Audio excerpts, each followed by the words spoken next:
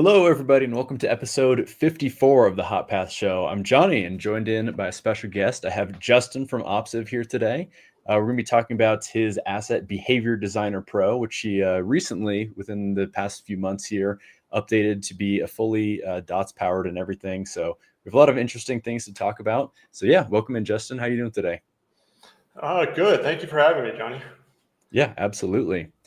So yeah, I think before we kind of like get started into like going into Behavior Designer Pro and everything like that, I do want to get a little bit of kind of like your background of like how you got started in games and programming, and we can kind of like work, how we got all the way up to Behavior Designer Pro.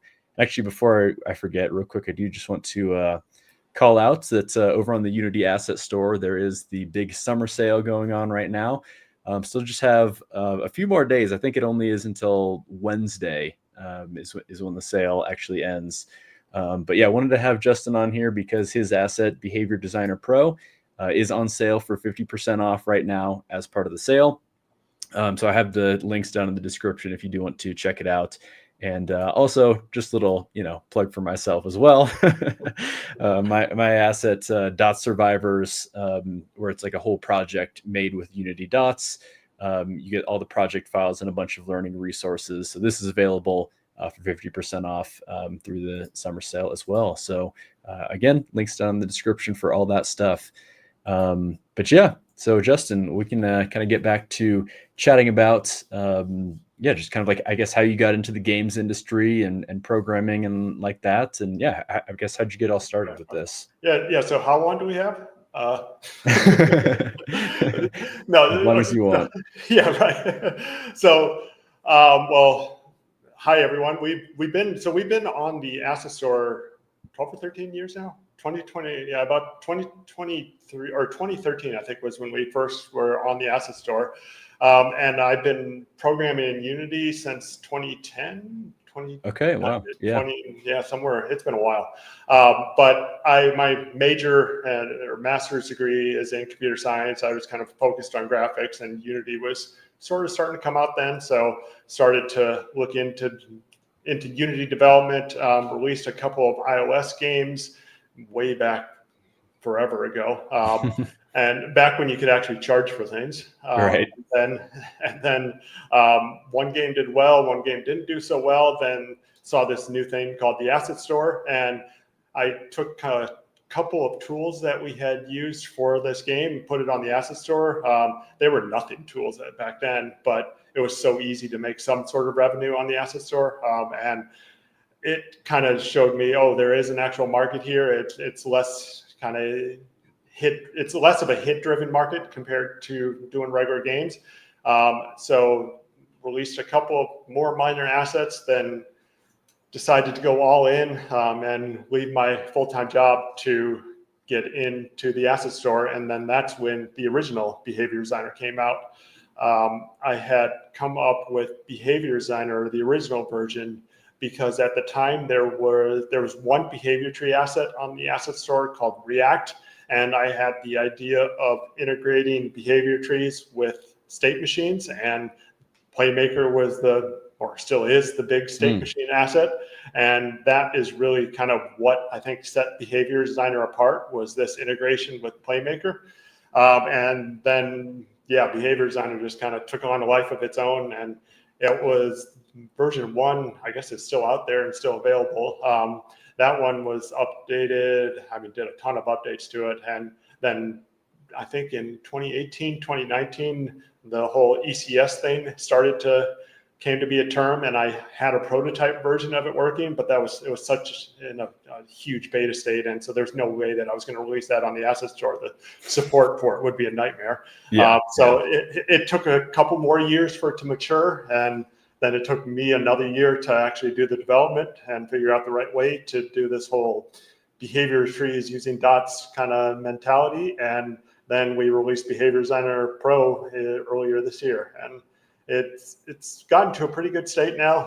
And we're coming out with an update that adds kind of some new features. I'm excited because I'm pretty much all the major bugs have been fixed. Well, knock on wood, so far that I've heard.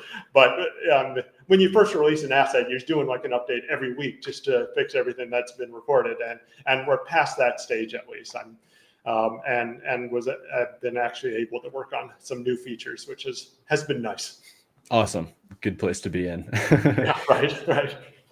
Before we get too much into behavior designer, you mentioned that you had a game that did pretty well on the iOS store. What was that about? So that game was called War Evolved. It was a 2D game that was kind of the entire concept was taken from a Flash game store.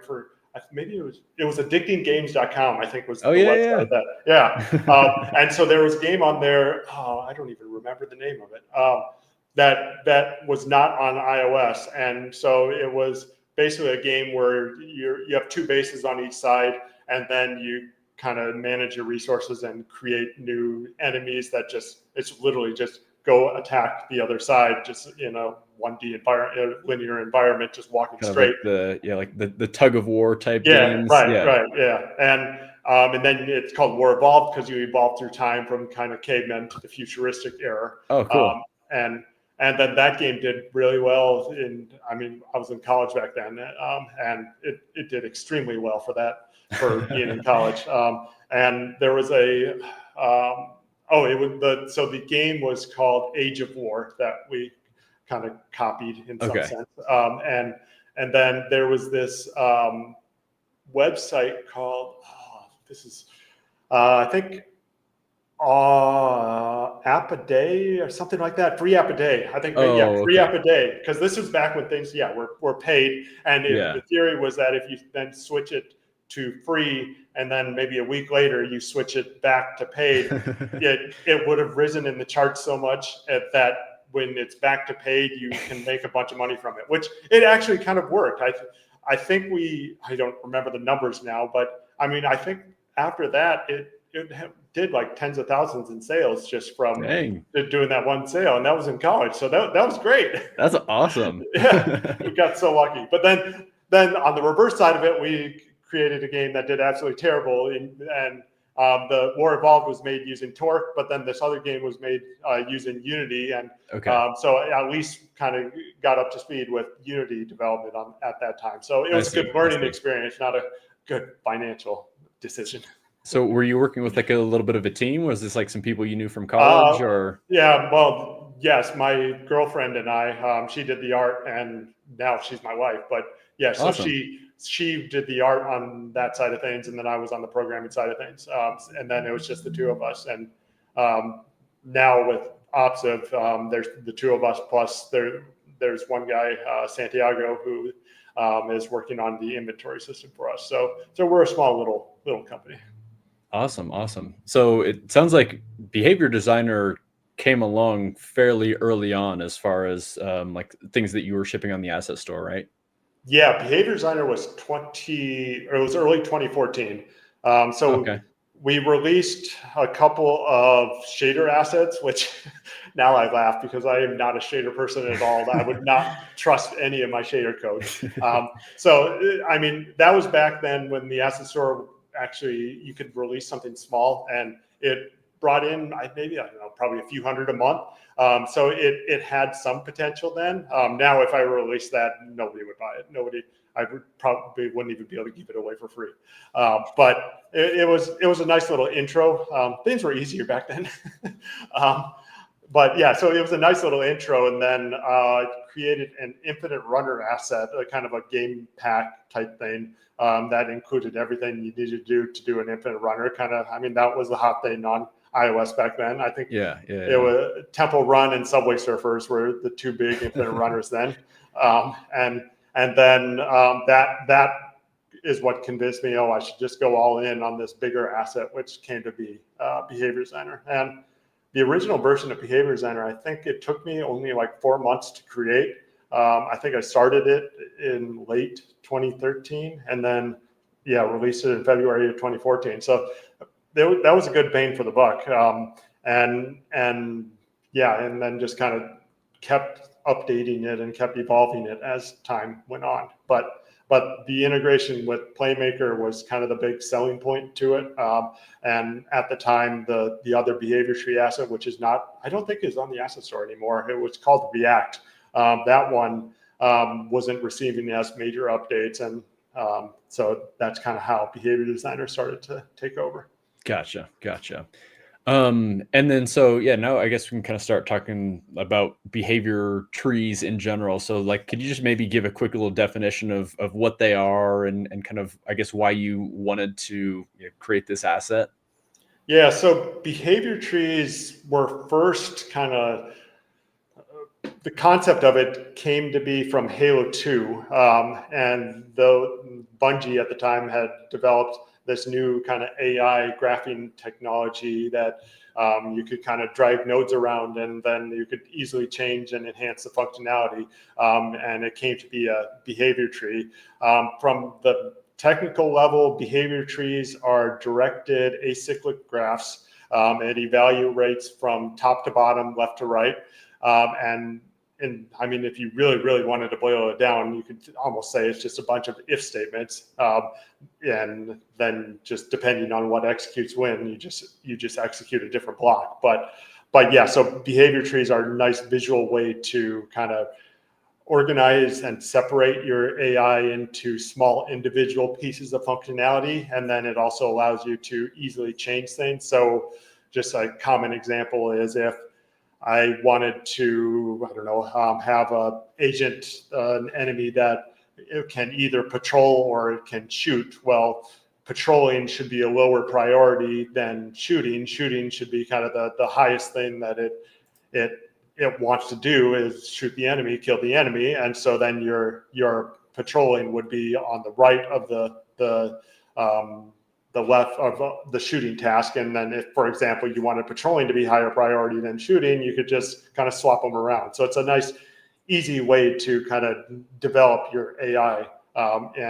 And then you get this runtime functionality of being able to see what's executing in the graph. And in behavior designer's case, the little node lights up green to indicate that it is currently executing.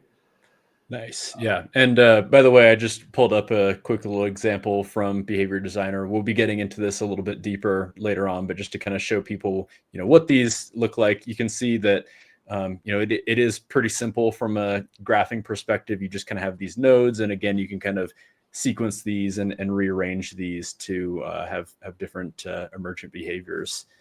And so I guess what kind of prompted you to actually create this asset? It was just kind of like you saw a need in the market, or did you actually wanted to make a game using this? Or I mean, in college, I created a behavior tree system. Oh, sweet. Okay. It was it did use Unity, I think. And so I had the basics and the understanding of it from that. And then I noticed in the asset store, there wasn't one that I thought kind of could live up to its potential. So then that's why I had created it. I've actually never used Behavior Designer in a game that I've released. So, okay. but I know it's possible. I've seen people do it. But yeah, so it was kind of just from my understanding of everything in college, and that is when we kind of decided, hey, let's see what happens with the behavior tree asset. Do you remember if there was a first kind of standout game where someone was making something really cool with your asset that you're like, oh wow, this is awesome? So behavior. Okay, so one of the issues, before I answer that, one of the issues with the asset store is that you don't know who your customers are. That's a good point. Okay. and you have to. So the only way that you know is one of two reasons. One is if it's a support request, or two is if the person just is kind of proactive and reaches out to you. Right. And so Behavior Designer is in a whole bunch more games than I actually know of because of that limitation.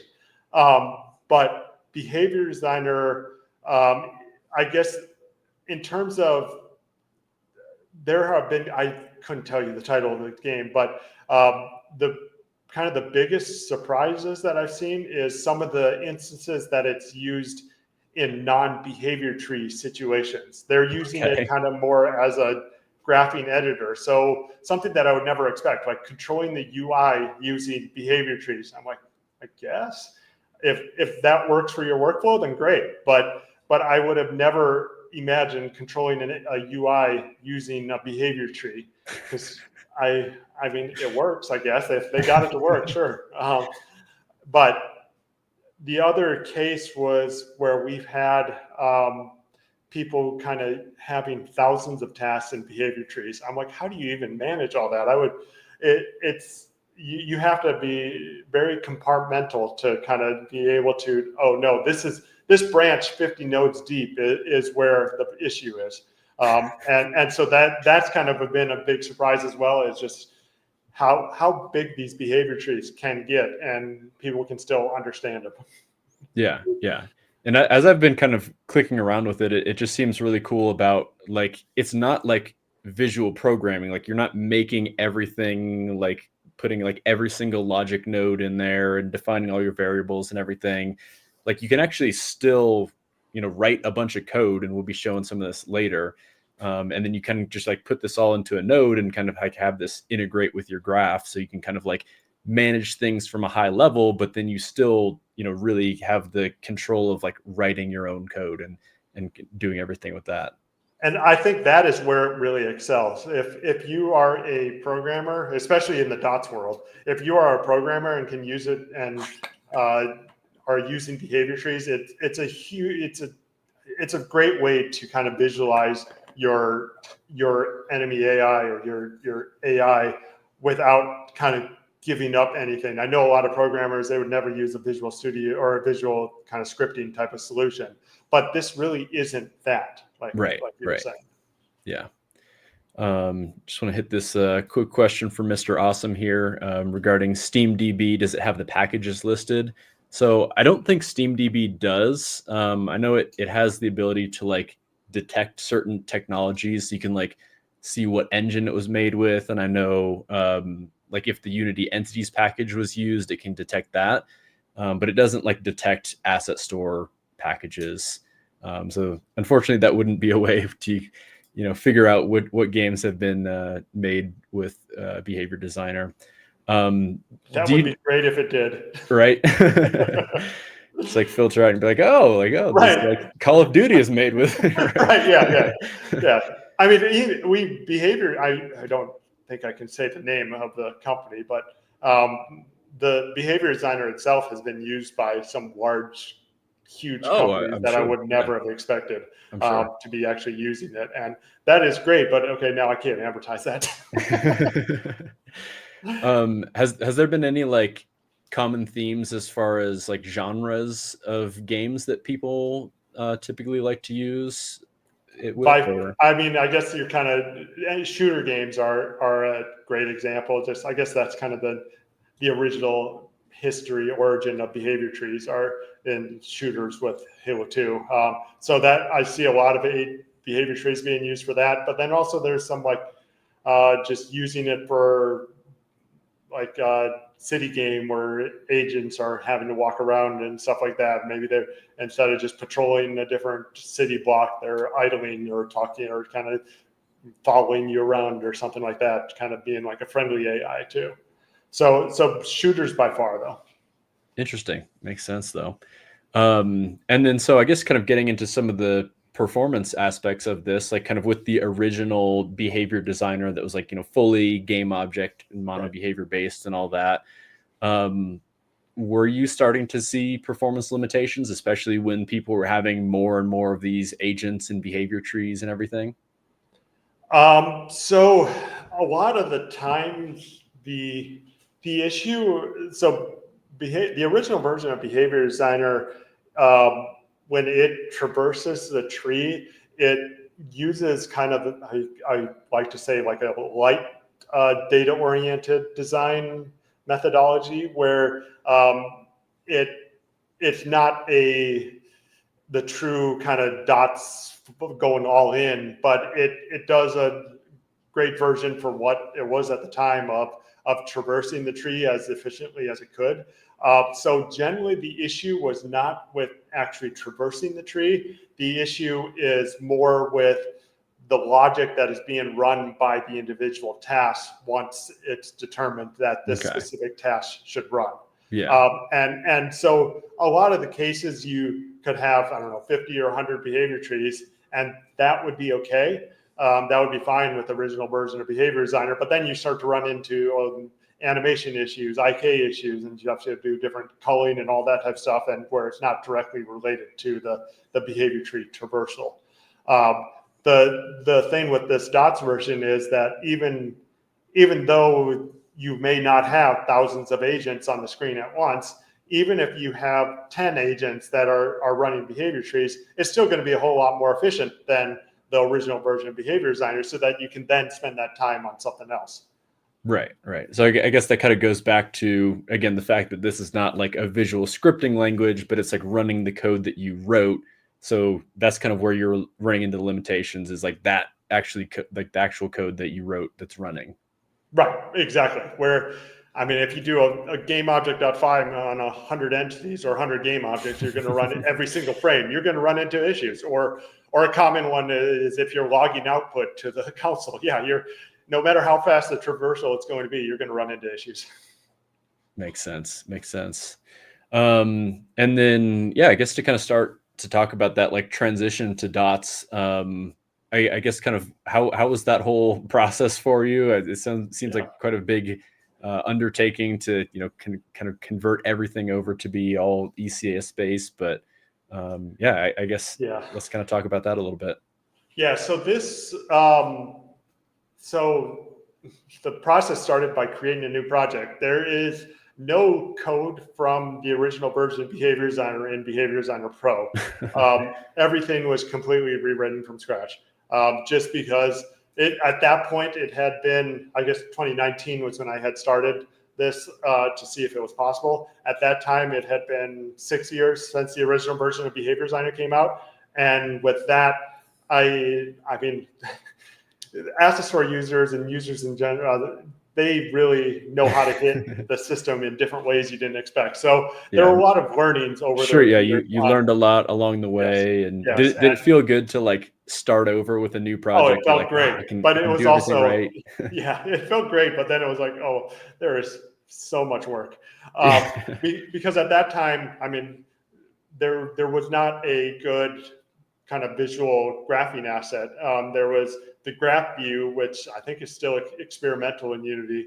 And that was, I had started on that, but then ran into different things that I wanted to do differently. And it's so much easier in some sense to do things your own way, ways that you can expand on yourself. And then I also knew that Unity has a history of kind of shipping something or kind of releasing something, then it takes forever, and then they could deprecate it later. So the biggest thing was just kind of not depending on the graph view, and which later became game toolkit, visual game toolkit. I don't know what it is, but now Unity just released a new graphing package called Game Toolkit, I think, or Visual Toolkit. I messed up these names. Yeah. I guess I didn't know that the name had changed, but yeah. No, they've done 3 different iterations since Behavior Designer Pro was started, and I have high hopes for this latest iteration, since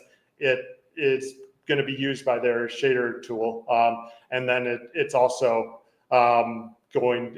Well, the problem with that is that it's Graph Toolkit. Thanks. Okay. Yeah, we're getting mixed. We got Visual Toolkit and Graph Toolkit. So I think it's Graph Toolkit.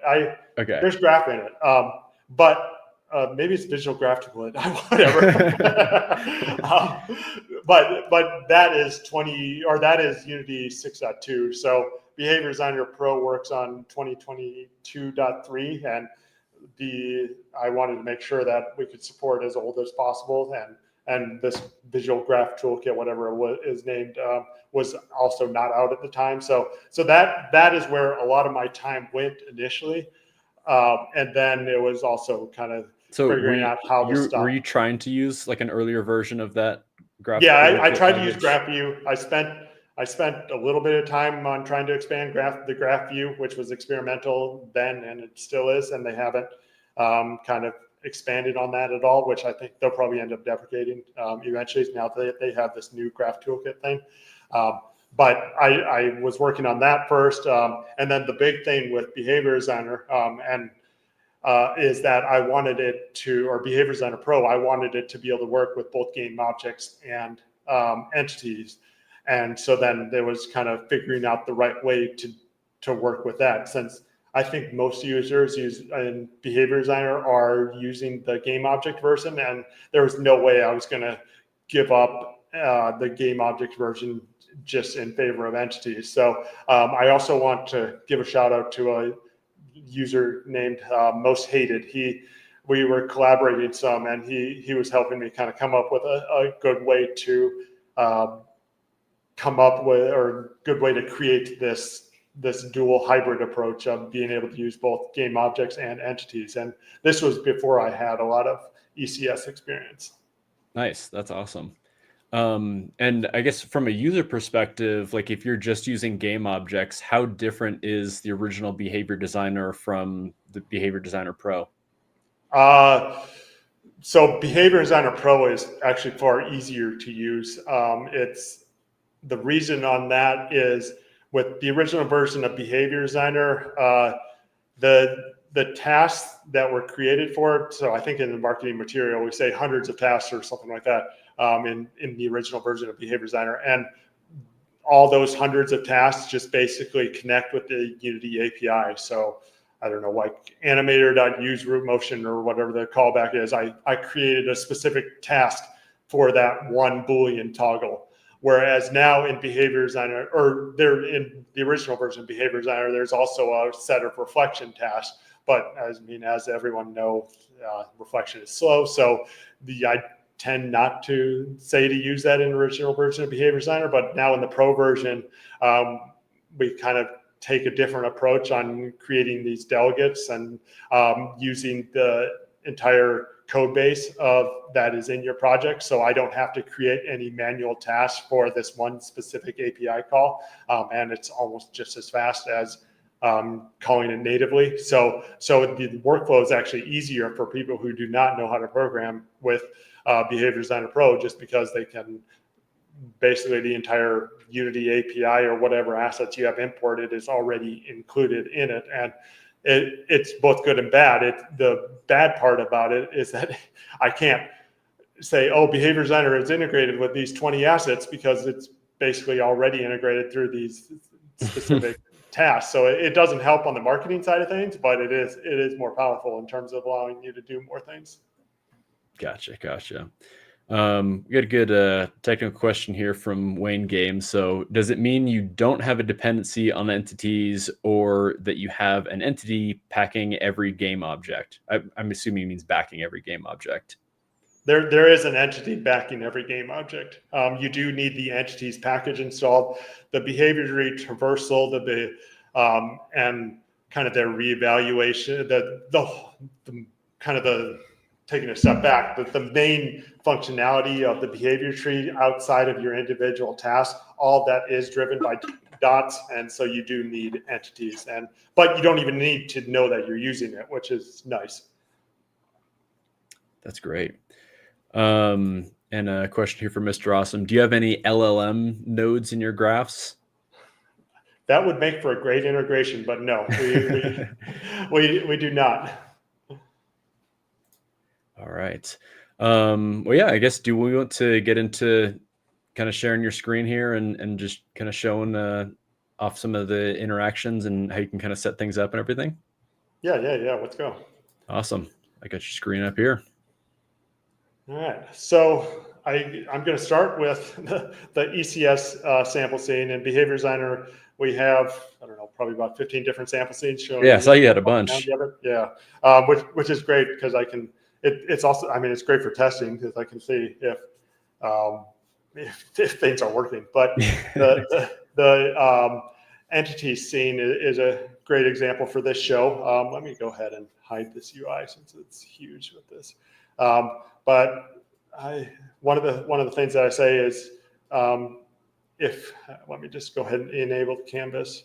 Demo scene requires Unity 6 and the entity graphics package. The reason why I say that is because in Unity 22.3, there's a bug in one of the, I think it's the entity graphics package that will cause it to crash. And I am using 22.3, so I hope it doesn't crash.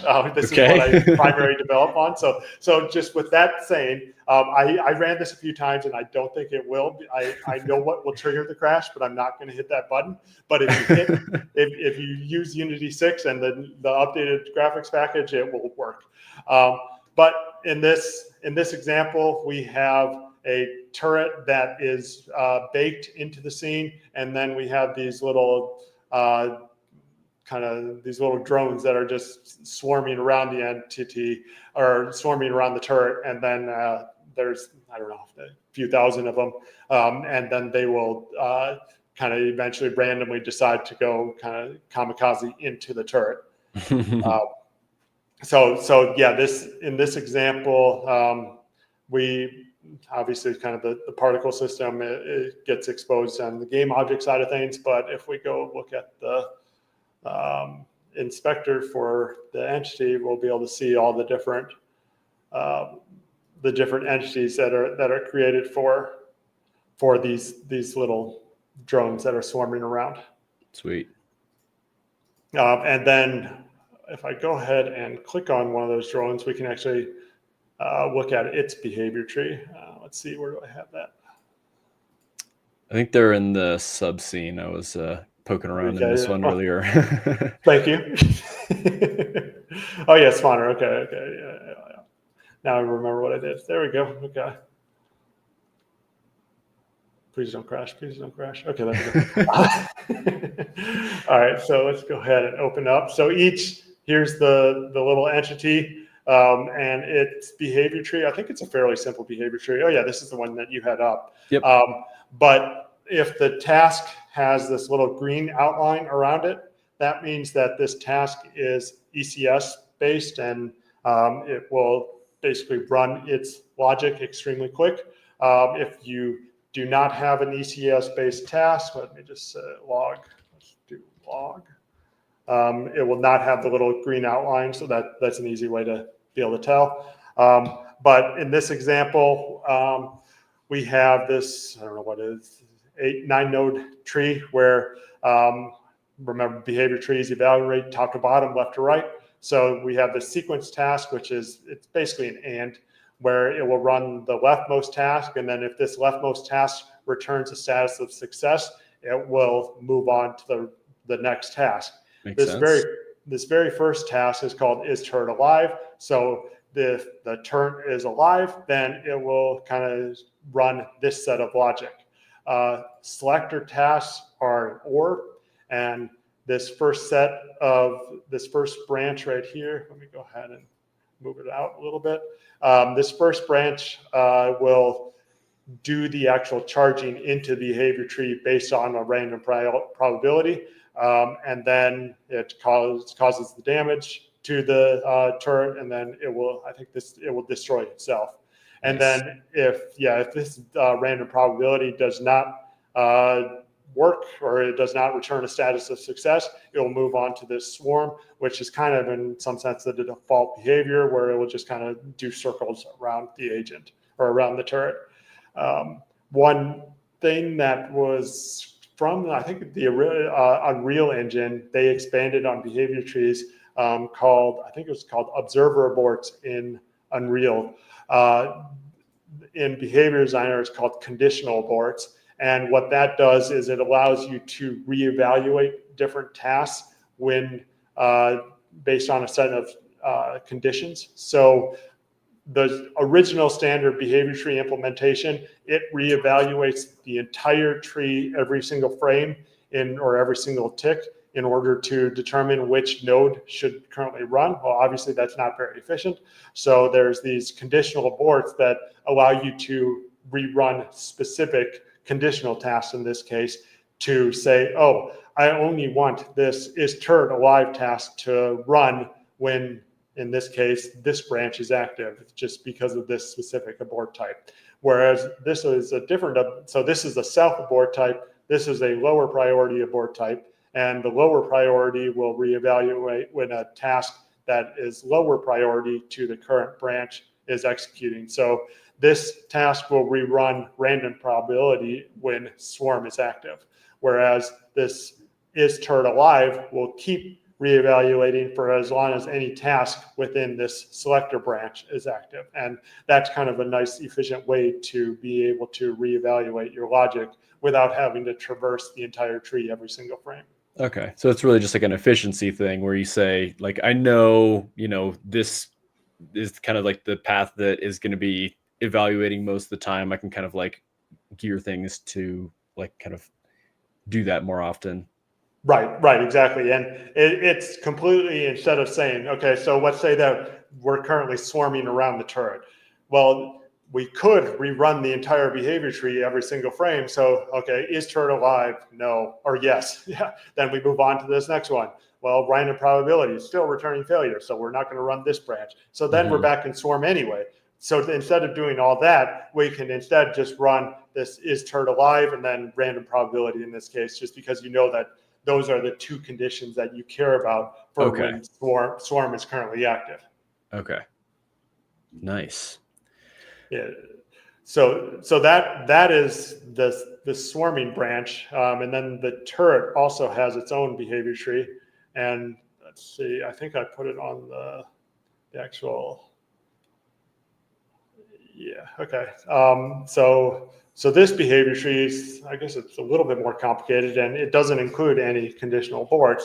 But another type of task is this parallel task where you can run multiple branches at the same time. So we have 3 different branches here, 1, 2, 3, and each one will be running at the same time to determine whether or not it will execute that logic. And so let's see, this first branch will determine if the turret, so let me just go ahead and actually run this one more time, just because there was a lot going on. So this turret, it will randomly fire at different entities. There you can see that there was a little particle effect right there. We'll give it another second. There's another particle effect. So it's just randomly determining which picks a target to hint, it doesn't win. But yeah, but it tries. It tries really hard. But so if it currently doesn't have a target, then you will find a target, and then we'll also do this random probability of so it's amazing because just like programming, you can design your behavior tree in different ways. And now as I'm looking at this tree again, I'm noticing different optimizations and changes I could have made to this task structure to make it a little bit more efficient. But it still serves as a great example because that's actually one of the issues that I have is that it's hard coming up with this very specific example in this case, and so or for the different situations. So I use all the different nodes and everything. Exactly. Yeah. So then this branch right here will kind of determine a random probability on whether or not it should fire, and as it's doing all that, it will also rotate towards whatever target it had decided. So yeah. And yeah, in this case, there are no conditional aborts needed just because of the way that the tree was designed, but I am 100% certain I could have redesigned this tree to be first more efficient, then also to use conditional aborts if I had wanted to. Makes sense. I think this would be a good time. We got a couple questions here.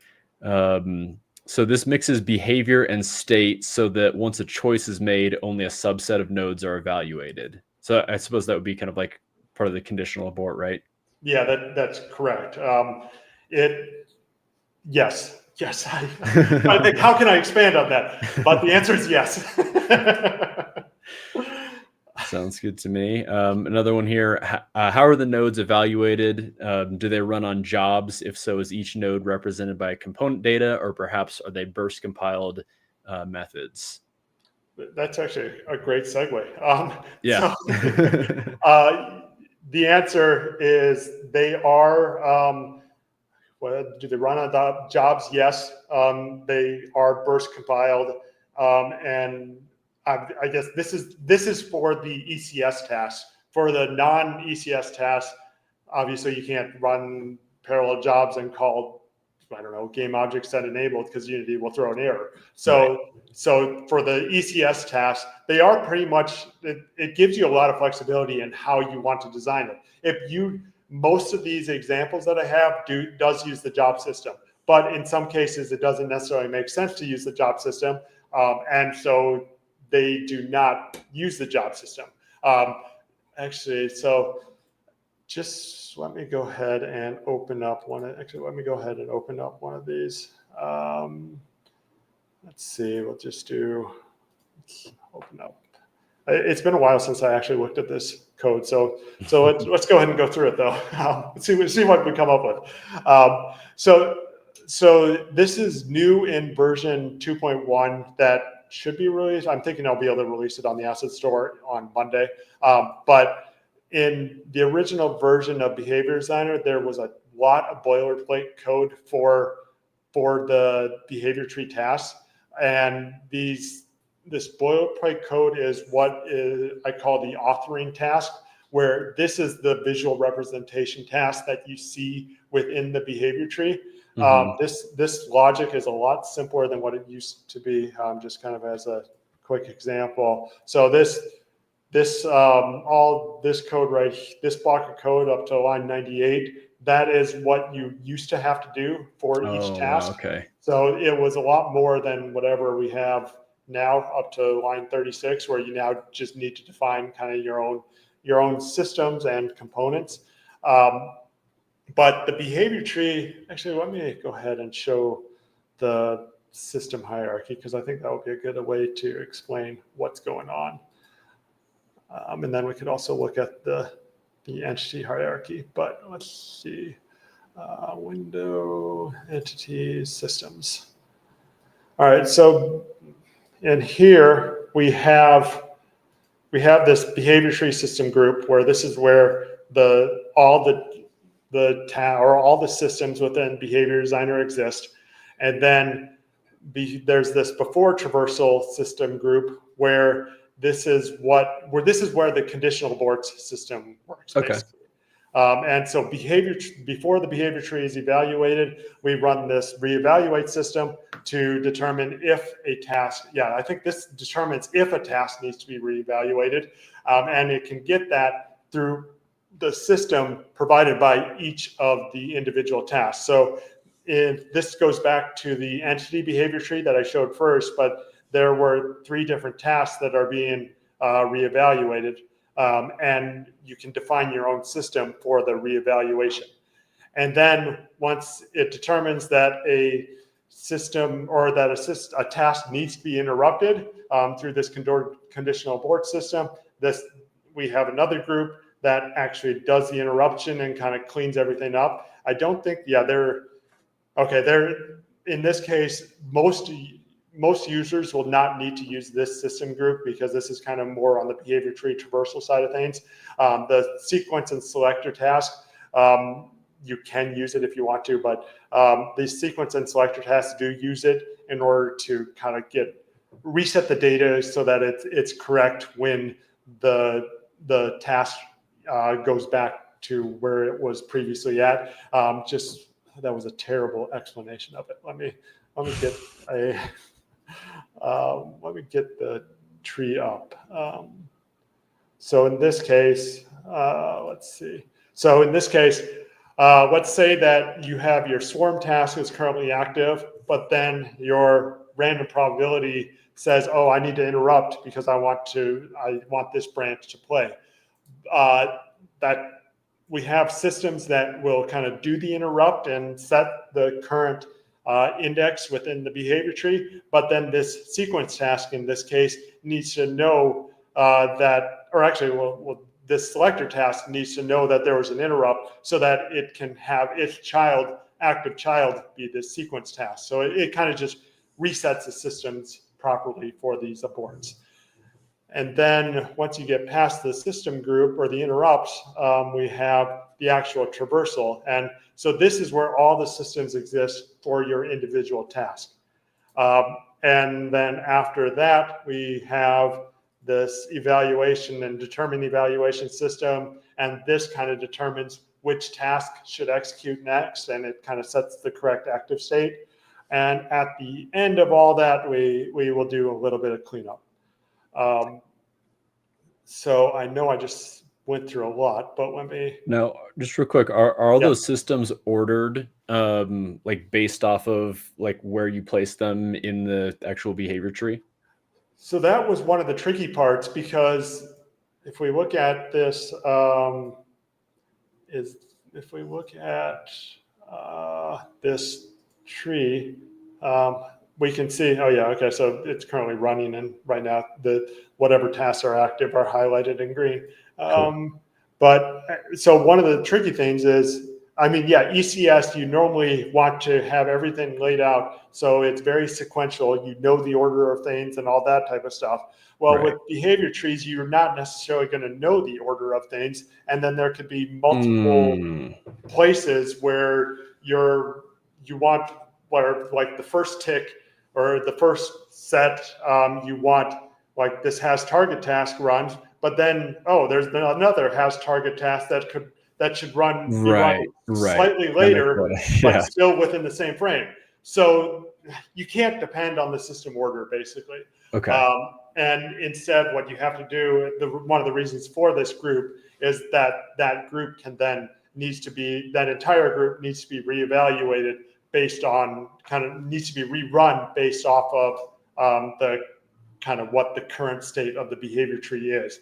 And actually, so in version, I got a bug report in version 2.0 because somebody had a tree that was pretty much the worst case that you could do. Let me just go ahead and let me just give a quick example. What they had was something like this, where they had, we'll do 3 different tasks. So this is not ECS related, but they had 3 different tasks. Each of these each of these log tasks, it returns a status of success. So in this case, what we have is we have the behavior tree running sequence and then success, success, success. Well, in version 2.0 dot whatever, the behavior tree was executing this it was re-evaluating or rerunning these log tasks probably, I don't know, 3 or 4 different times. Just like each log task was being reevaluated 3 or 4 different times within the same frame, the same tick. And that was just because it is surprisingly difficult to know when your behavior tree is done executing within the ECS world. And the stopgap measure that I had was, I think it would reevaluate all your tasks up to maybe 2 times or 1.5 times the number of your total tasks. Because what this is actually doing is within each group, it would run sequence, it would go to log. Well, the log task would say, hey, I'm done. Let's run sequence again. And so then this system needs to rerun. So then this system runs, then log runs again, and then back to system, then to log. And in that case, that's great. It all works, but I didn't know how to correctly track all the execution of the task, because in this case, this parent task is actually run 3 different times, all within the same loop. Whereas these log tasks should only be run once. And I'm proud to say in version 2.1, it's a much better method that actually works. Nice. Are you using a lot of like code generation type stuff to create this? In terms of everything is bursted, so from that standpoint, yes. I was just curious if like you were doing any of your own custom code generation type stuff. No, Behavior Designer does not. No, it does not. Okay, interesting. Right, which could be an avenue to look into, but right now I was just, no, it does not. So where were we at? What was I explaining? So we're kind of So, looking at like the system update order yeah, and kind of yeah, just like going okay, into like how actually like some right. of the logic of Test these nodes actually, works. Yeah. right, okay. So this block right here is what is kind of the authoring component for your behavior tree task. And so here's the system that was actually being evaluated at runtime to kind of run that in this case, I don't know if the specific task, but it may spawn a job or not. And then this is the component that the system uses.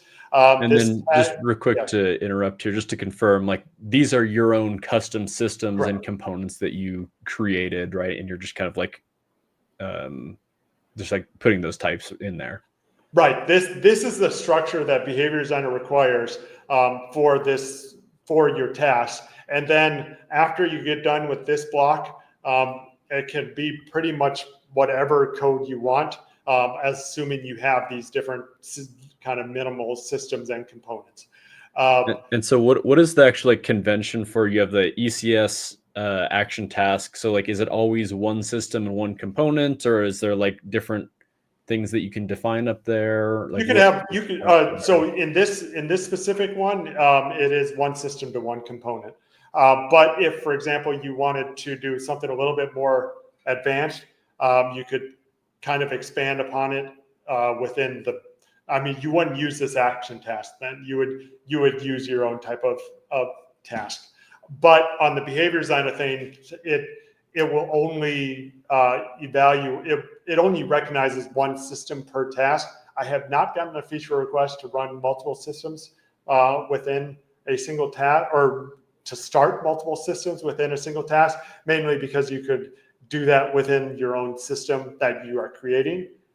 So we will, I mean, You if kind of there's a just have use case for reactive it, yeah. systems where you just kind of create your own little chain of Right. systems that run. Exactly. Yeah. Exactly. Yep. And then the other thing that you'll need is this tag, which in this case it is a component, but it's just an enableable component. And this is what is used for the filtering. So if, for example, you don't need to run this fire task, then then the system will not run through this filtering system. And so that's, yeah, just a little minor optimization so that all the systems are not running all the time. And only the systems that need to run are actually run. And then this is the component. I should choose a different example with some logic that actually has something unique in there. Let's see, maybe damage. Yeah, damage will have a damage amount. So I'll just switch this.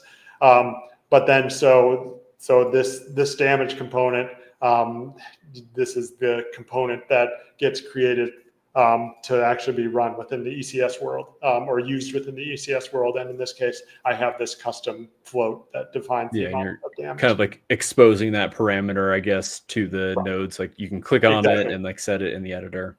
Exactly. Yep. And so, yeah, this just kind of the standard format. And the nice thing about this is that, I mean, this does not get run by ECS, so it doesn't have to be kind of the structure where you can kind of do a little bit more in terms of having some nice to haves with the class system and the inheritance and all that type of stuff. Since this, yeah, does not get run by ECS. Gotcha. So the next part of this is this struct that is being used that is within ECS. Let me go ahead and hit play. Well, I'll click on an entity. Oh, I have my log statements from this. Nice. So that works. Hey, this is actually a great example of the traversal system working correctly. Because if you had seen like 4 or 5 different log statements, or 6 or 7, then you would have known that I failed at my. I was not telling the truth at my optimization for rerunning it. But the fact that you see 3 different logs means that I did something correct. But let's see. Let's go back to the entity hierarchy. And while you're doing this, it looks like we have a request for clicking on one of the drone entities to see the components and like how many Yeah. different components and buffers and Right, everything right, it right. has. Okay. Yep, yep. That was actually where I was going. Let's see. And, by the way, we got Oh, a little compliment here for you. Hi, longtime behavior designer user here. Just wanted to say that it's Opsive's most reliable asset. It has made AI work much easier in my own project and commercial one I'm currently involved in. Awesome. Love to hear the high praise. thank you, thank you. Yes. Oh, hey, Chio. Yeah, Chio's a really active member. So Okay, yeah, sweet. yeah, Awesome. yeah, yeah. Awesome. Let's see. Where was I at? Let's see. Hierarchy. Yeah, yeah, yeah. Okay. So let's go ahead and click on one of these agents. All right. All right. So here is kind of all the different You got a lot of tags. tags and flags Right, on there. right, right. Yeah. Yeah. So this, I think this behavior tree had what, 9 or 10 different tasks within it. Okay. Um, and so yeah, whatever is active, this Okay. enabled and You're evaluate heavily tasks. using the enableable components Oh to yes, I am so awesome. happy when they introduced that feature in one of the. I think that was pre 1.0. I think, right? Or I don't remember exactly when they had the I enableable component, but yeah, Yeah, yeah. that made behavior design possible. um, so yeah, um, Yeah, they're great. yeah, they are. So this enable and evaluate are used by behavior designer itself. Charge, damage, destroy, and the is target alive tags, and random probability selector sequence, though, and swarm. Those are the tags created for by the actual kind of behavior tree logic that you add to the behavior tree. So if we go ahead, I think we were using damage as an example. And so if I go to damage, where do we, damage. In this case, so we have a buffer size of 1 because there is only 1 damage task. In this, let's see, we have, that's not a great example because that's for reevaluating. So, okay, so in this case, we have this sequence component. There are 2 sequence tasks in this behavior tree. And we can see that each sequence component, it has the index of that task within the behavior tree, and then it's currently the active child that is running. So in this case, the task at index 0 has an active child with an index of 2, and then the Interesting. other one has an index of 3 with an active child of 4. So you're basically having like dynamic buffers for all the different node types, and then it Exactly. has okay. Right, right, And then right. are you using any like internal buffer capacity to like keep any of these data values inside the chunk, or is this all just like outside of the chunk? This is all, I don't actually remember. I don't think I'm doing anything specific with that. I would Because need, there's just like that yeah, attribute that you put above yeah, dynamic buffers, where you can right, like have that data to store in the chunk. So I wasn't sure if it was like right, available in right. there or it's being stored out there. I am I just not, wasn't sure about like what the kind of like memory footprint looks like right, right, by having a bunch of different nodes. right. I do not remember. Can I get back? I'll follow up in the comments. Okay, okay. When this is posted, I'll follow up in the comments. Sounds good. Because that's getting into the core of behavior designer, and I don't necessarily want to show all that code on the live Yeah, stream. yeah, that's fair. So let me get back to you. Let's see. I spent a lot of time though trying to optimize kind of this as much as I could because just because you're using ECS doesn't mean that it's going to be fast. There are so many different ways you can get into trouble, and 100%. and yeah. So we'll see. Let's see. So where are we at? This branch component. So yeah, in this case, it's the damage component that will. Here's the damage amount that actually gets passed into ECS, and the index is this task index. That's used for being able to easily index into the different arrays. If I go back to Visual Studio, We have this damage tag that is used to indicate whether or not the task is currently active or not. And then this is the system that is used. So in this case, this is actually a good example of not using the job system. And that's because I need to be able to expose this on damage, because I think this is how the particle system plays, and this through this callback. But yeah, so let's see, it'll run this system query based on this task component is a behavior tree or behavior designer component that kind of just evaluate, or it kind of just has all the data for the different tasks. In this case, it's the index, the parent index, and the sibling index. That's all that's needed in order to kind of correctly traverse the tree. And then there's just some additional data for that specific task. And then this component right here is the one that we created, and then the system will evaluate using if this damage tag and this evaluate tag is correct or is true. Because you could have a behavior tree, for example, that is paused, and this damage task is currently active. Well, then, but since it's paused, the evaluate tag does not get run, or is not active, and so you still want to be able to remember where you're at. And yeah, so there is some logic that you need to run specific to the kind of how behavior tree is set, or behavior designer is set up, such as checking the task component status to make sure that it should actually be running next. There's like 4 or 5 different, let's say 4 or 5 different states that the task can be in.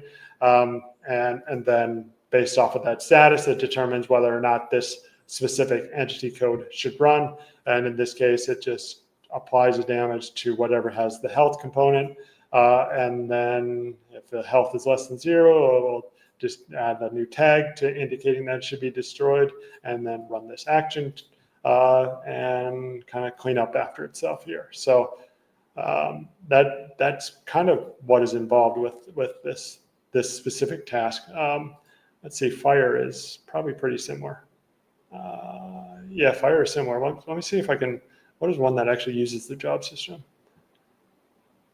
Okay, Swarm uses the job system. So we have this Swarm component that specifies how quick the agent should move around, and then we have this tag. Let's see this. Okay, so here's the task system, and we have kind of create our filter right here, and then we will run the job. We will run the job in parallel, and this is the actual logic that is moving the agent around, and yeah, it just basically applies a different position on the X and Z axis based off of radian value, and then that is how it does the actual movement. So yeah, in this case, all these are action tasks, and that means that they do not need to be reevaluated, but we can get a little bit more complicated, I think, and see like this is a conditional task that can be reevaluated. It has this specific interface assigned to it, and then it has a different set of tags and systems that will get executed when it should reevaluate. So the ECS side of things works basically by having many tags and many systems for your specific task.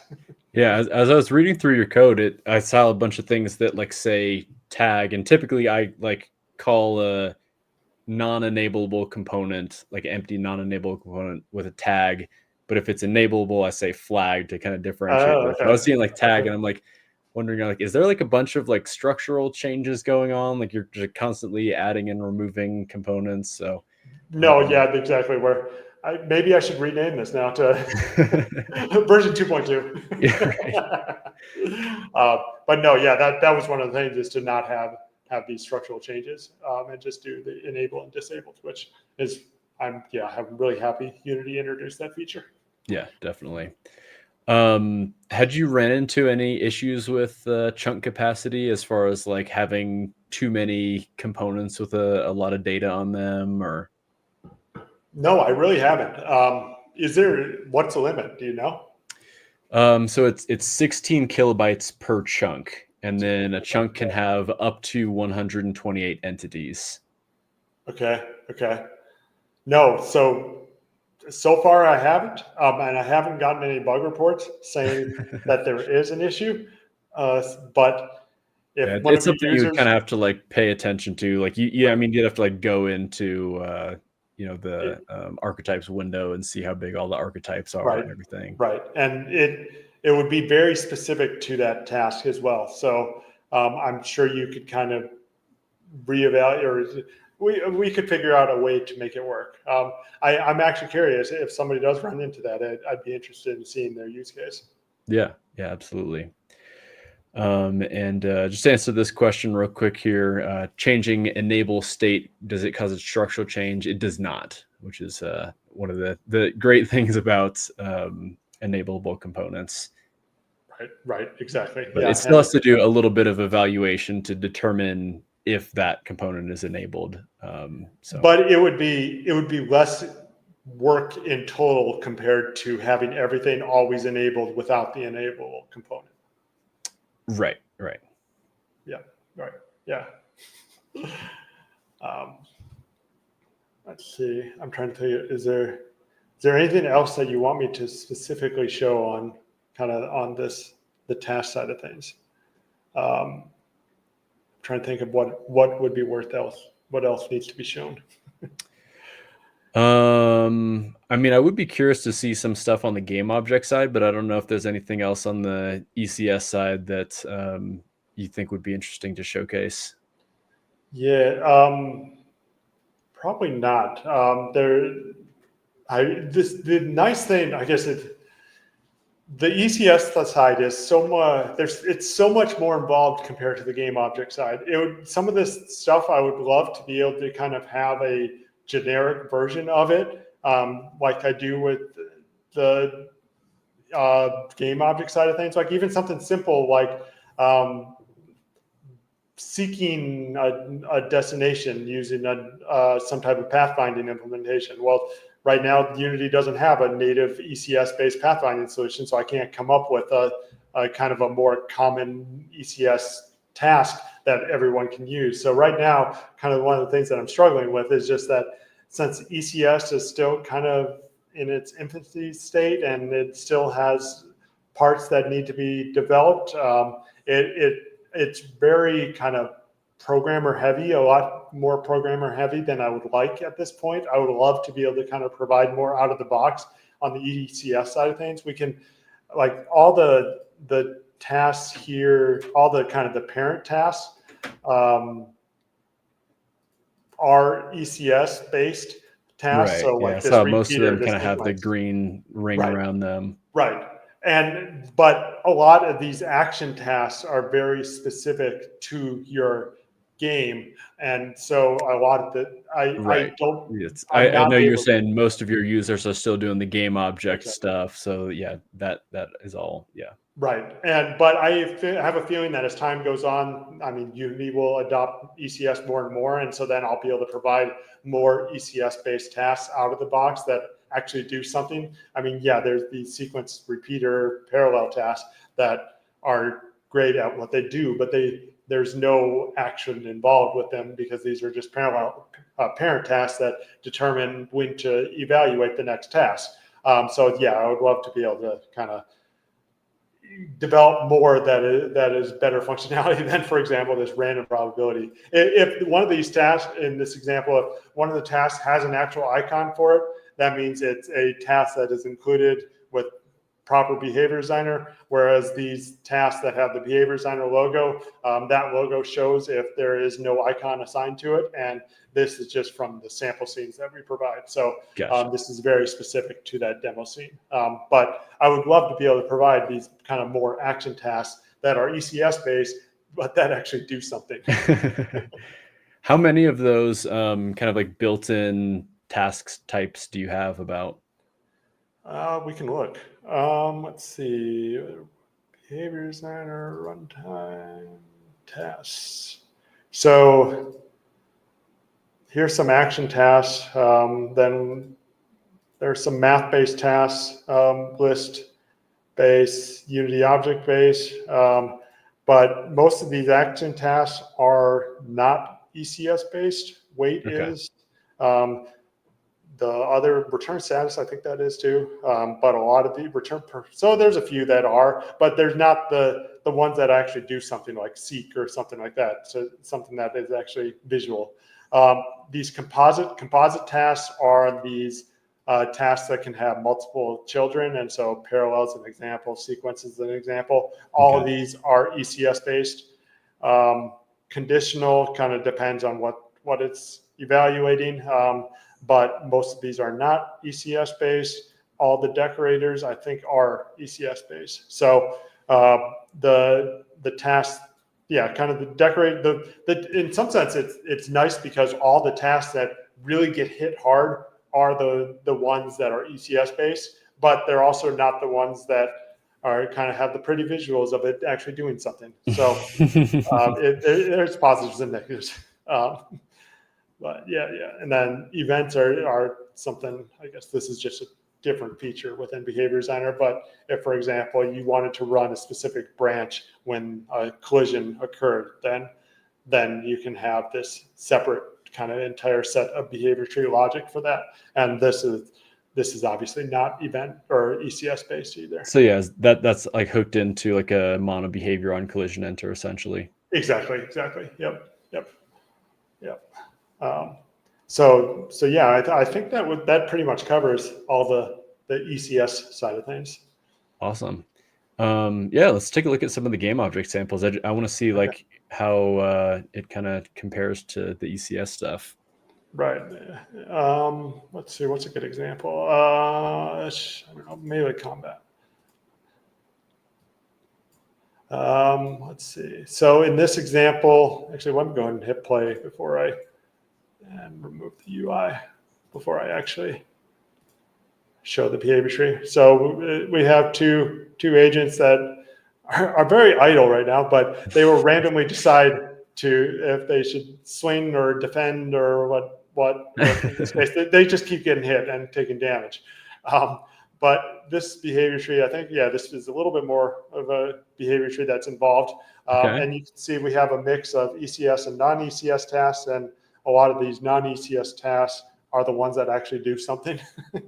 I mean, this is what's great about Behavior Designer is that in this case, even though there's no subscene, there's no kind of, the entities are not exposed at all here. And so you don't even necessarily need to know that, oh, I am actually using ECS because, oh, these tasks are using ECS. There is a performance benefit to actually using kind of this pro version, even though I don't actually know anything about ECS. Nice.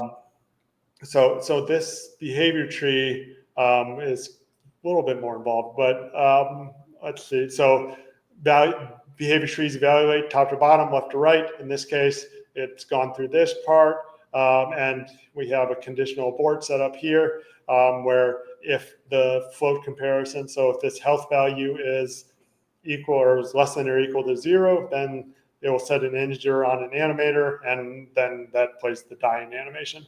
And then here's another set of tasks that will defend. Like, let's see, there's a comment that says if the agent should dodge based on a random probability. If it doesn't dodge, it takes damage, and then the animation has to complete.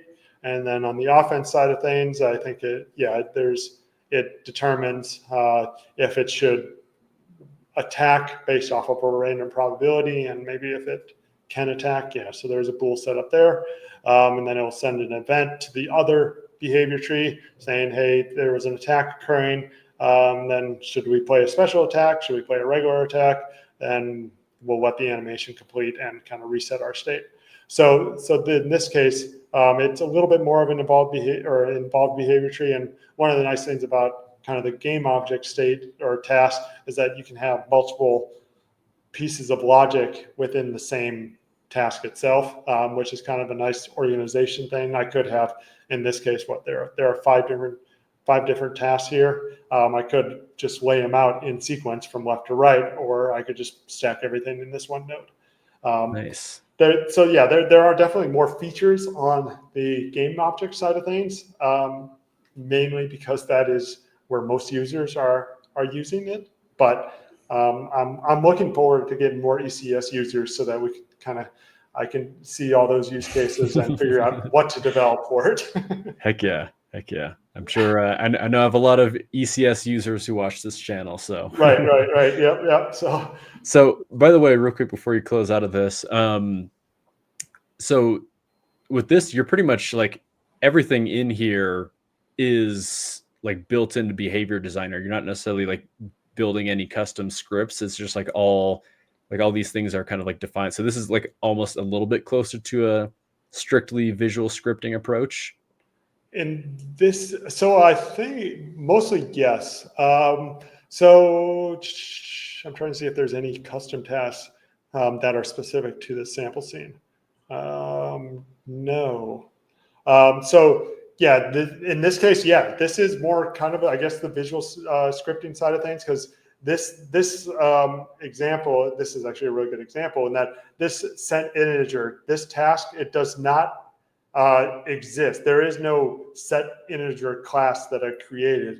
Instead, it's using the delegate to that gets created at runtime to actually set the target of the animator, or in this case, it's none. If it's set to none, then it will use the animator attached to the current game object. But in this case, it sets this name of the state of this one parameter, Okay. this animator parameter, to 65.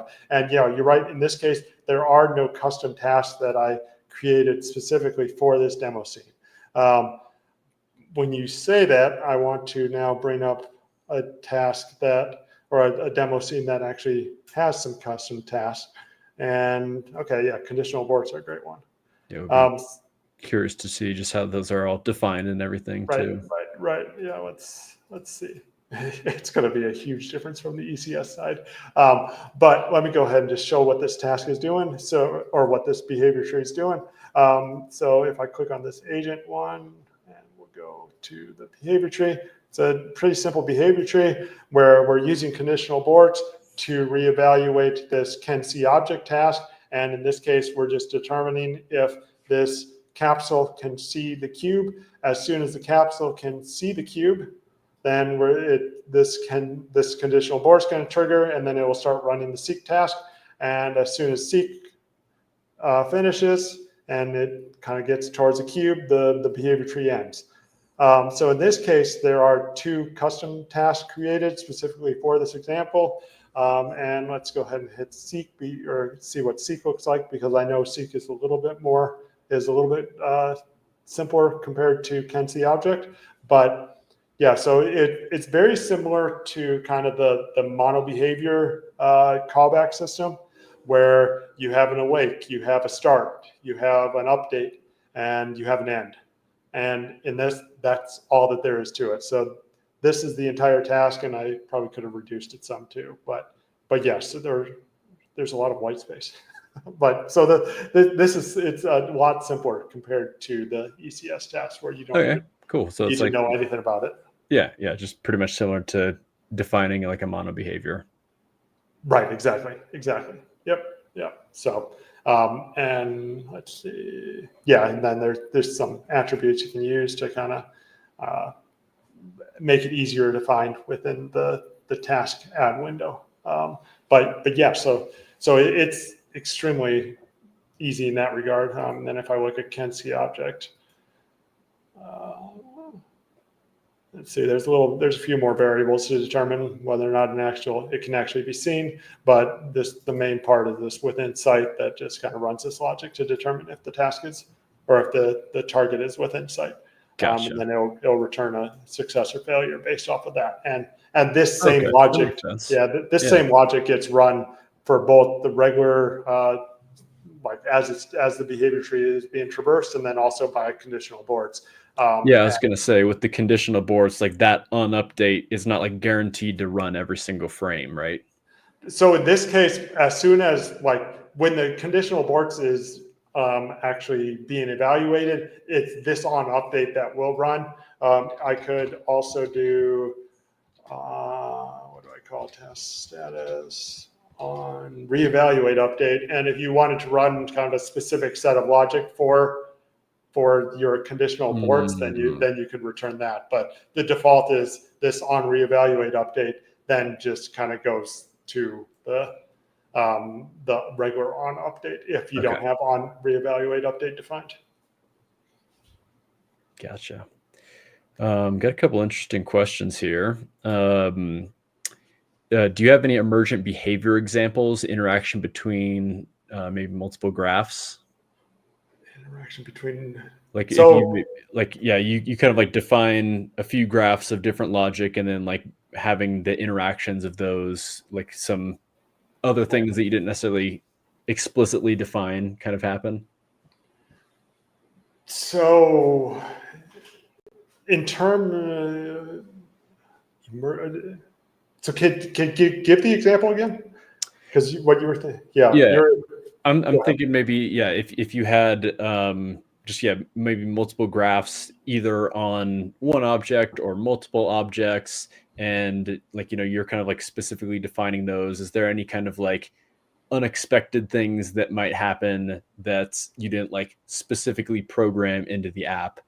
Okay. In some sense, interactions between different objects, or right. Okay, so in some sense, you're kind of it's leaning more into, the whole LLM neural network type thing, where it's coming up with things that you don't necessarily expect. I guess one of the things about behavior trees is that it, assuming you don't have any bugs in your behavior tree, the kind of the logic that you create, you kind of expect all the logic. You don't get anything unexpected from what you create, I guess, since you're the one who's having to define all the different tasks and all the different specific logic for that behavior tree. Sure. Of course, I have. There are many cases where have come up with bugs. There's bugs in the behavior tree logic. Yeah, that's easy. Yeah. Sure. But I was this melee combat one. One of the issues I had. So this agent sends events to this opponent, and there was a case where like an event wasn't being sent properly, and so then it would not react like how you wanted it to or how you were expecting. It's easy in that regard. But I have, kind of behavior trees in some sense use traditional AI that it's not the whole. It's going to come. It's very predictable what happens just based off of your behavior tree. The entire system can be understood. There's this utility theory example where utility theory is another type of, I guess I'd call it traditional AI, not the neural network AI, and it evaluates based off of a curve. So the Sims use this type of AI, not using behavior trees, just using utility AI, where you could define what happens based off of this curve.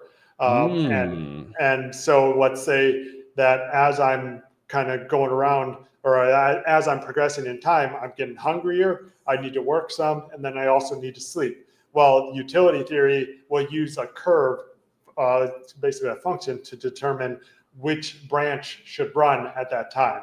And so this is a great way to kind of mix the different concepts of behavior trees and utility theory. And so in that sense, I guess you could, that's kind of the most emergent behavior, I guess, that I have seen with behavior trees, because it's running based off of this curve. And in this curve, I think this one, let me go ahead and hit play just to see what it does. Yeah, so we can see right here, this value for work is increasing based off of this specific curve parameter. And right now, the highest one is eat. And so if we're gonna go, and we should see this character go into the table to eat. So basically those values kind of change change over time, and whichever one is greatest, it's going to kind of it will favor that one. But now you can see that we have a value of 10 here. Well, and then we still have a value of 5. I think there's an option. Got like finish eating or right. Yeah. Block during execution. Yeah. Finish your execution before you decide what's the next highest utility value that it should then switch to. So yeah, now we're going to go work for a little bit because sleep has this value and then you just got done eating, so you're not as hungry anymore. Yeah. So now we're going to go work at the desk. And then really now cool. We're going to go to bed. Yeah. So it's a pretty cool use case for kind of mixing behavior trees with utility theory. Yeah, I like that. I like that a lot. Yeah. So, yeah. Okay. Yeah, here's another question I wanted to talk a little bit about. So how do you manage the backing entity? Do you have a runtime baker? Is code shared with entity bakers? So yeah, we can just maybe talk a little bit about kind of at a high level how that like backing entity works for kind of these game object scenes. For the game object scene, yeah, it is nothing is baked, but entities are created. I think. Actually, like you're saying, you don't have any sub scenes or anything. Right. Yeah. So one entity is created for each behavior tree that is running, even though you're not, in this case, you're not using any of the entity scenes. So yeah, I think in this case, this will be a good example because I'll look at that hierarchy again. Where is it? Entities? Wait, sorry, you said it's one entity for each wish? For each game object. So let me see which one. It's like each game object that has a behavior tree. Exactly. Yeah. So we have one. So we have this single entity running right here, and we can see that its structure very similar to the entities sample scene one, except instead there's this task object tag. And this is the task that runs all the different game object tasks, the mono behavior tasks, the whatever tasks. And so in this case, we have this. So we have our standard kind of sequence selector components and all that. And then in this case, there are 23 different regular tasks that are running. And it has this kind of set. Oh, no, actually not. This is the regular task component. So let me go, where is the task? Oh, so there are 14 here. This is the part that is actually running the behavior, the mono behavior tasks, I guess you could call them, or game object tasks. And in this case, we just have an index for that specific task. Gotcha.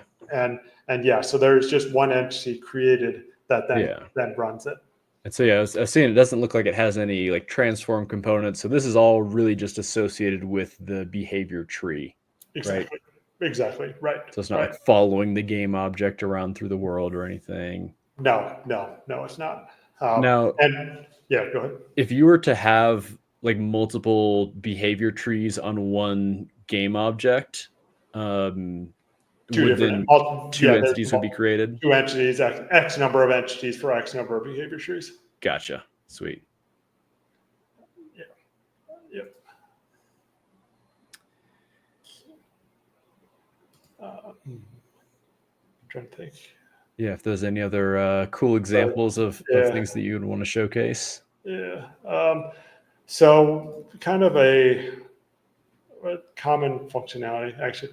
I'm pretty proud of this, but in version 2.1, we now have the option to group variables. And it was a highly requested feature, so I'm happy to finally get that in. But actually, where did the subtree go? So that did not make a very good example. Okay, I must have deleted.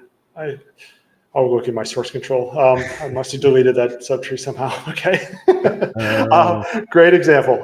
Let's see. I could do a. No, actually, that was this one. It's a nice little farming scene, though. Yeah, I know. I was really happy to show this one. Let's see. Actually, let's see if I can get it really quick. This is based on. I created this subscene based on Go-Go Town. It was a popular indie game last summer. Okay. And so we were kind of you can use one behavior tree to kind of craft or go to pick up rocks, pick up wood, and then craft an item. And then you use that same behavior tree subscene to then pick up carrots, pick up spinach, and then go blend them together for juice. And okay, let me go to my source control and revert it so that I can figure out what I did. Would it be in my project by chance? Yes, it would. Yeah, actually, you're right. All right. Well, I hope. We'll see what version I sent you. Yeah. All right. I have it up here. Do you want me to just hit play or? Yes. Yes, just go ahead and hit play.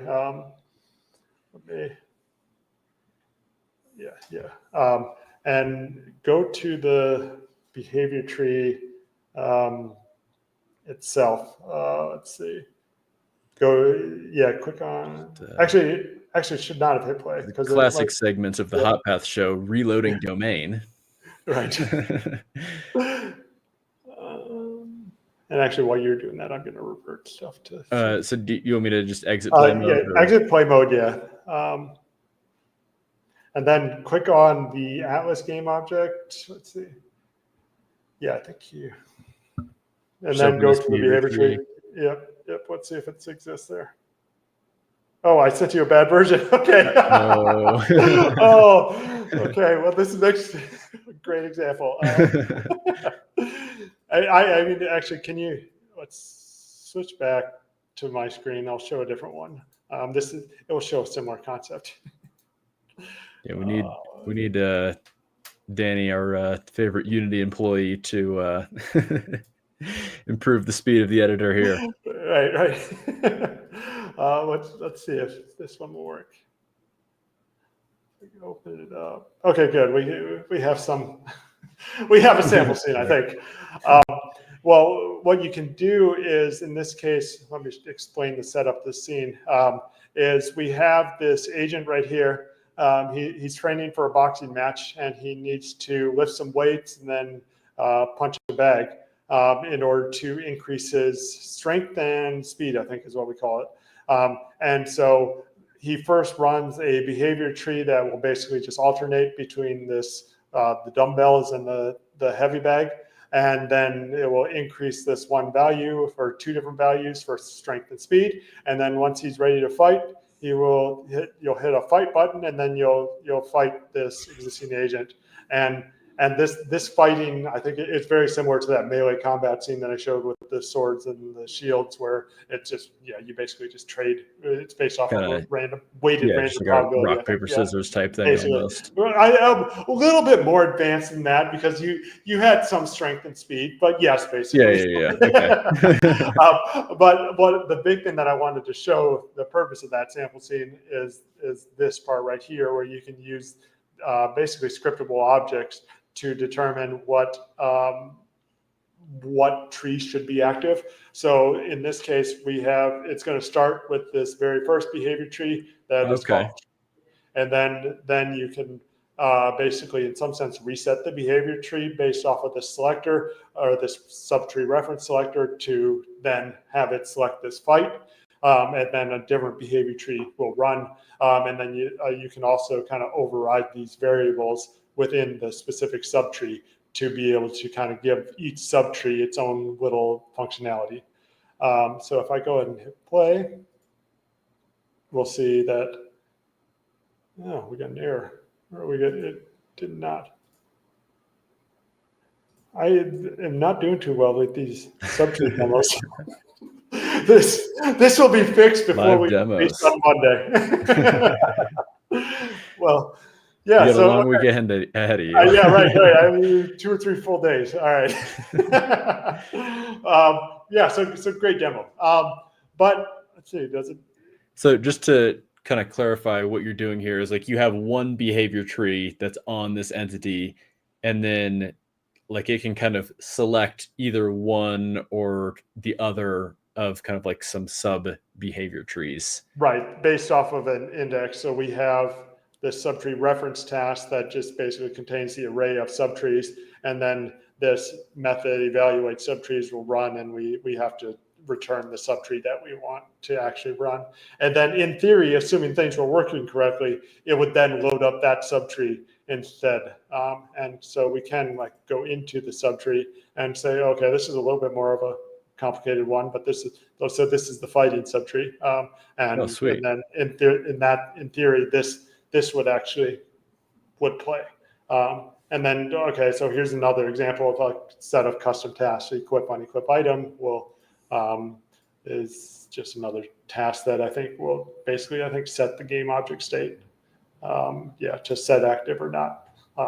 And then, that will, in this case, I think we were equipping the gloves because you want to have boxing gloves on when you fight. And so, that's kind of how this tree is supposed to work, assuming things are running correctly. I mean, I guess we did get a little bit further in that there were actually tasks in the right. object, but at runtime, it kind of failed me. I guess it's kind of the other notable feature of Behavior Designer Pro versus the original one is this save load scene. And save load allows you to save the behavior tree state in its current its current execution. So if I go ahead and hit play, in this case, this scene just has a agent right here that is just firing at this horde of other agents. And then I need to enable the UI for this, and then let me hide the explanation. And I think I have to play. Yeah. Okay. So in this case, I'm going to hit save, and then we can go ahead and load it later on, and we'll be at that same point where we were at before. And then it saves to just a regular file. So assuming I have a UI, I can then go ahead and load that same thing that was previously saved in that state. So that's kind of a nice little feature that was really requested in the original version. And that works with entities as well. There are some callbacks for saving and loading so that you can restore the correct state. Nice. That's great. Yeah. So I think that kind of gives a great overview of Behavior Designer. Yeah, I like it a lot. Thank you so much. And by the way, thank you for the super chat, Mr. Awesome. Yes, we are adding to Danny's requests here, so for things that he needs to do over in the Unity engine. But he's doing a good job over there. They're doing a good job over there. I mean, if anybody has any last minute questions, we had some good questions kind of throughout. But if there's anything else that you'd like to learn about Behavior Designer, feel free to sound off. But I mean, this seems really cool, and I want to I was telling you, I think before the stream that as I was clicking around with this, I'm like, oh, I have so many ideas of how I could integrate this with some different ideas that I have, or even put it in dot survivors. So yeah, actually, I mean, what would be really cool is we could kind of work on either type of integration or something like that with dot survivors and kind of get. Yeah, for sure. I saw when you first install Behavior Designer, it comes up with this nice little window, and it has links to all the documentation, and integrations was one of them. Right. Do you have the? Actually, let me go to. Oh yeah, the integrations. Yeah. Let's get you on this list. Sweet. Would happy to be there. Yeah. And I want to do something similar because there are a couple other assets that I'm oh, this would actually work pretty well with dot survivors. Right. Yeah. No, I mean, that's one of the powers of the asset store is this integrations and just making it easy to get going quickly. Yeah, absolutely. Yeah. So, okay. Well, cool. Well, thank you for having me on. Yeah, absolutely. Well, yeah, we can go ahead and wrap this up. And yeah, once again, be sure to check out over on the Unity Asset Store. Let me see if I can pull up the summer sale here. Yeah, be sure to go. Oh, wait, I think I got to remove that there. Yeah, so check out the summer sale. A lot of good deals on over there. I believe, again, it's going on until this coming Wednesday. So you have just a couple more days to get Behavior Designer, Dot Survivors, and hundreds of other things for 50% off right now over on the Unity Asset Store. And so, yeah, we have links to all the relevant stuff down below. And yeah, Justin, thanks again for coming on here today. It was a ton of fun to learn a lot more about Behavior Designer and some of the cool things that you're doing with it. And appreciate everybody in chat here today. There were some good questions where we got to go in depth about some things a little bit more on here. So super cool to learn about it.